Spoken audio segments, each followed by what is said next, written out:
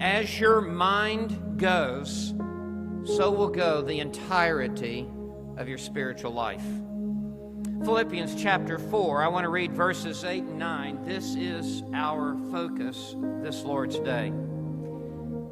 Finally, brethren, whatever is true, whatever is honorable, whatever is right, whatever is pure, whatever is lovely, whatever is of good repute, if there is any excellence and if anything worthy of praise, dwell on these things.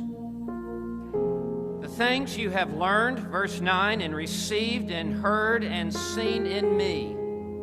Practice these things, and the God of peace will be with you.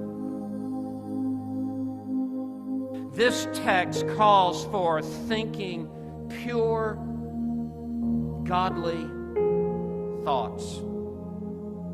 Before we look at this text, let me put it this way. You will become like what you are thinking about. Like produces like. Filthy thoughts produce a filthy life. It's inevitable. There's no end run around that. And godly thoughts inevitably lead to a godly life. And what Paul says here in Philippians 4, verse 8, is a call for pure thoughts and right thinking. And these verses really provide a grid and a template over what we should allow to be put in front of our eyes, what we should allow to enter into our ears, what we should allow inside our mind. Legalism would be for me to give you a long list of what that is. And the Bible never does that. But what the Bible does give is the guardrails that should be on the perimeter of the narrow path that we live. These verses really provide the parameters for television watching, for movie attending, for music listening, for computer surfing, for magazine looking, for book browsing, for concert attending.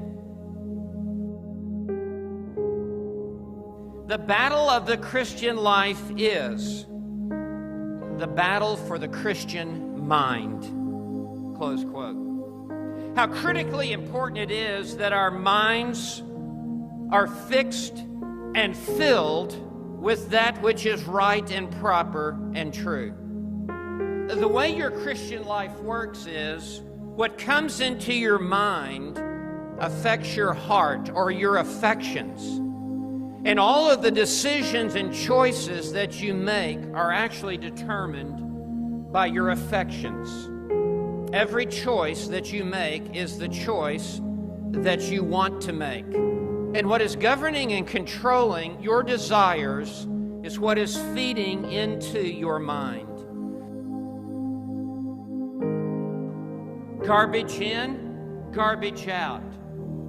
Truth and purity in, truth and purity out. Jesus said in Matthew 22, verse 37, you shall love the Lord your God with all of your heart and with all of your soul and with all of your mind. How important is our mind to our spiritual growth in grace?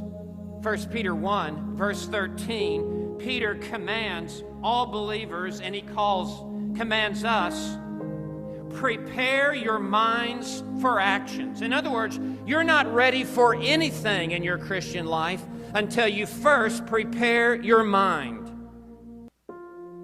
Paul writes in Colossians 3 and verse 2, set your minds on things above and not on things on the earth.